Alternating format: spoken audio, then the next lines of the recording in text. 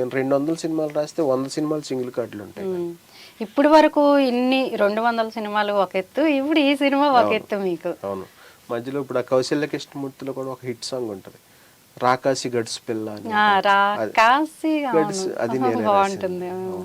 కాంతారాలో మొన్న golden sparrow అని ఒక పాట వచ్చింది కదా. గోల్డెన్ స్పార్ అందరూ అసలు ఇన్స్టాగ్రామ్ లో అయితే ఇంకా ఫాలో చేయడమే ఆ సాంగ్. అలాగే అదే సినిమాలో ఏది నీ చిలిపి చిరునవ్వే కురిపించు ఏది అని ఒక పాట ఉంటది.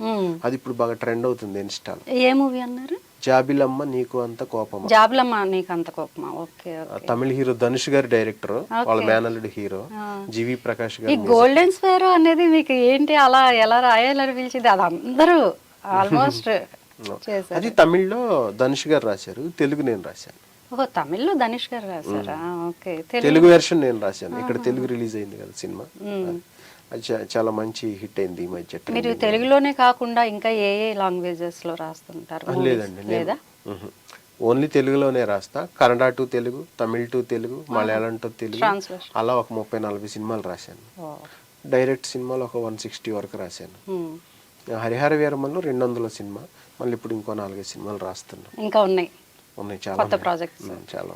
ఇంకా ఈ హరిహర వీరమల్లుతో మీకు వెళ్ళిపోయినట్టే చెప్పాలంటే. అంటే మామూలుగా ఎప్పుడో ఒప్పుకున్నాయి ఉన్నాయి ఒక 5-6 సినిమాలు, కానీ ఇప్పుడు ఈ హరిహర వీరమల్ల సాంగ్ బయటకు వచ్చిన తర్వాత ఒక 2-3 పెద్ద ప్రాజెక్ట్స్ నుంచి, అసలు అది మనం ఊహించలేని ప్రాజెక్ట్ నుంచి కాల్స్ వచ్చాయి. అవన్నీ జరిగితే అప్పుడు మనం నెక్స్ట్